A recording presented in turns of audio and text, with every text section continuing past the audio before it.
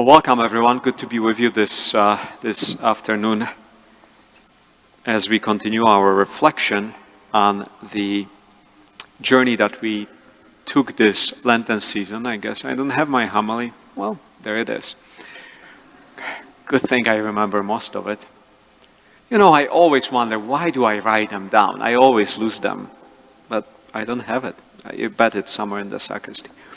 Anyway, the story that we hear today is the story of the encounter with God, right? It starts powerfully in the Old Testament, in the book of Genesis, when God reveals himself to Abraham and to his son Isaac. And one more time, he introduces the covenant to them, right? Every week we hear about covenant in the first reading. We'll do it throughout this whole season of Lent. And then in the gospel, we hear another encounter with God of his own son, of Jesus, as God reveals to us who Jesus is, right? As he claims Jesus as his own son publicly before his disciples.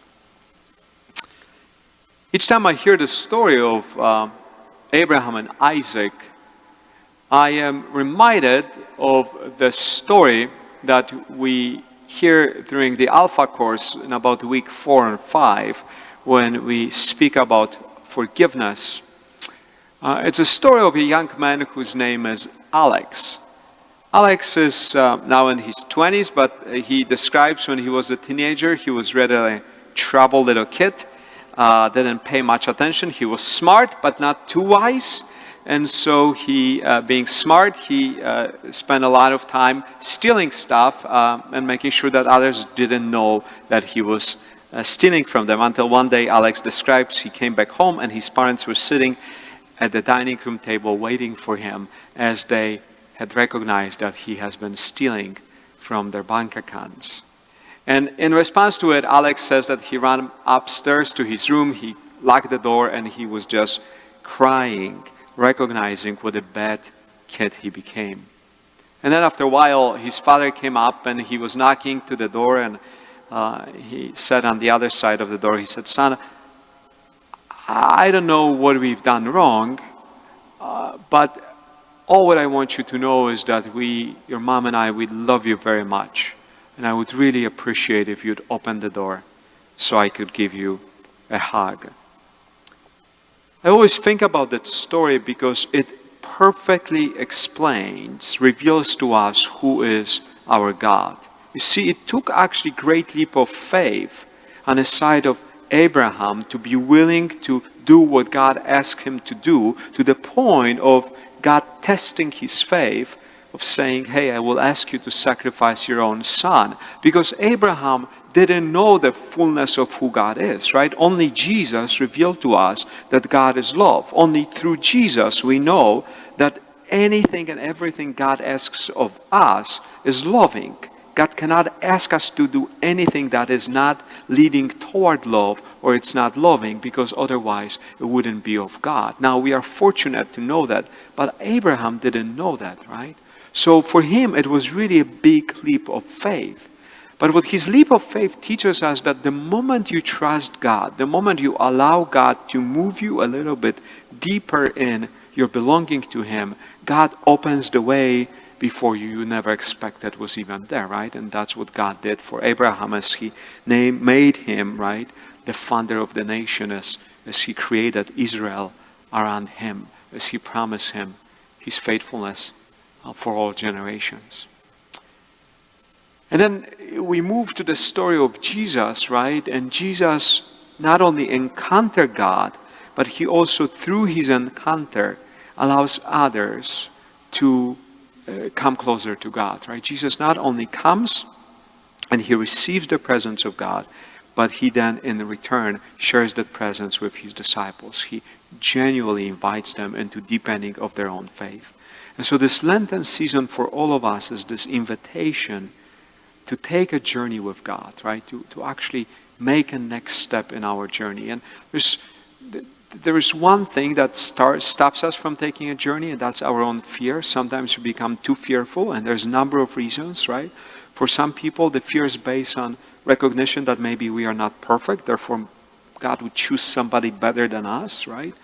And we know that's actually not the case, right? The saints are a great reminder of them, as at least half of them on those walls were great sinners before their conversion, right?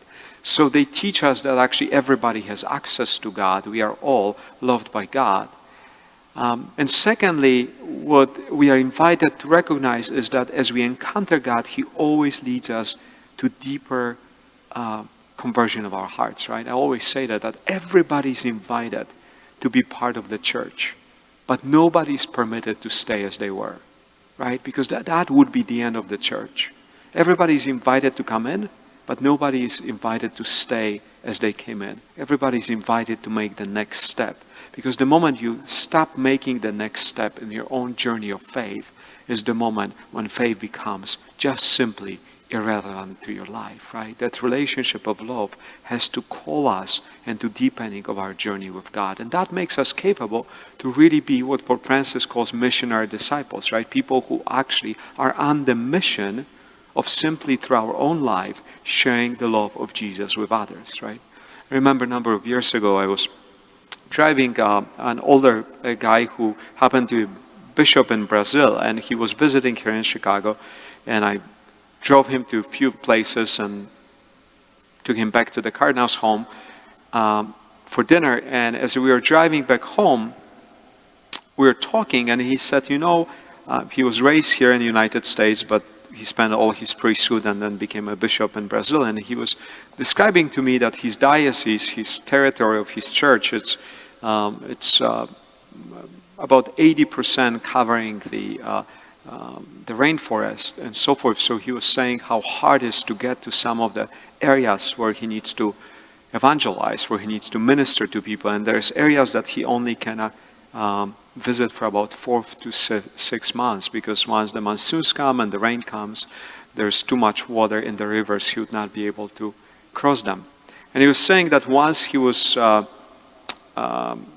cutting it super short, close, and the river was just huge and raging, and he really thought that he couldn't cross the river, and the people who were with him refused to go or give him a horse because they said there's just no way that they will survive. But what they did is they kind of roped him around with the big rope to the rope that was across the river. And so he tied himself with it.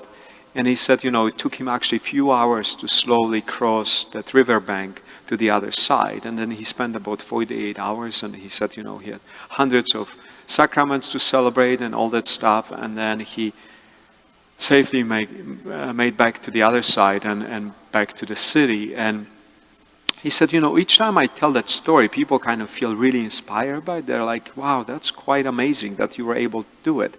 But he said, it's funny because I tell that story, to my friends or people here in the United States.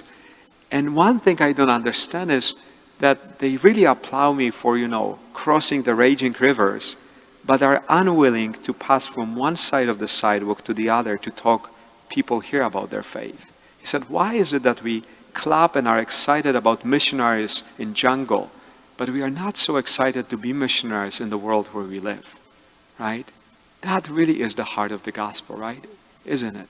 Is that God invites us out of love, not out of guilt, to grow in our longing for Him, but we recognize that our longing will never be full until we then start reaching out to others and inviting them, because what we have is so great and it changes our life so much that we cannot wait to share that with others. We recognize that not sharing it would be a selfish act, right? And so out of that abundance of love that we receive from God, we are willing to invite others to experience it, so then they can also experience the closeness and the tenderness of God. So as we continue this Lenten journey, my invitation to you is to simply recognize what are the moments in your life that God invites you into this deeper encounter. Where is your encounter deep? And so you just need to thank the Lord for it. And what are the points of the encounter that are, maybe too shallow or too difficult to point out? And just expose them to God. Allow God to enter into those moments So with His grace, He can strengthen you, He can uplift you, He can move you closer to Himself. So let's now just join together in worship and just pray that God will just lead our hearts closer to Himself.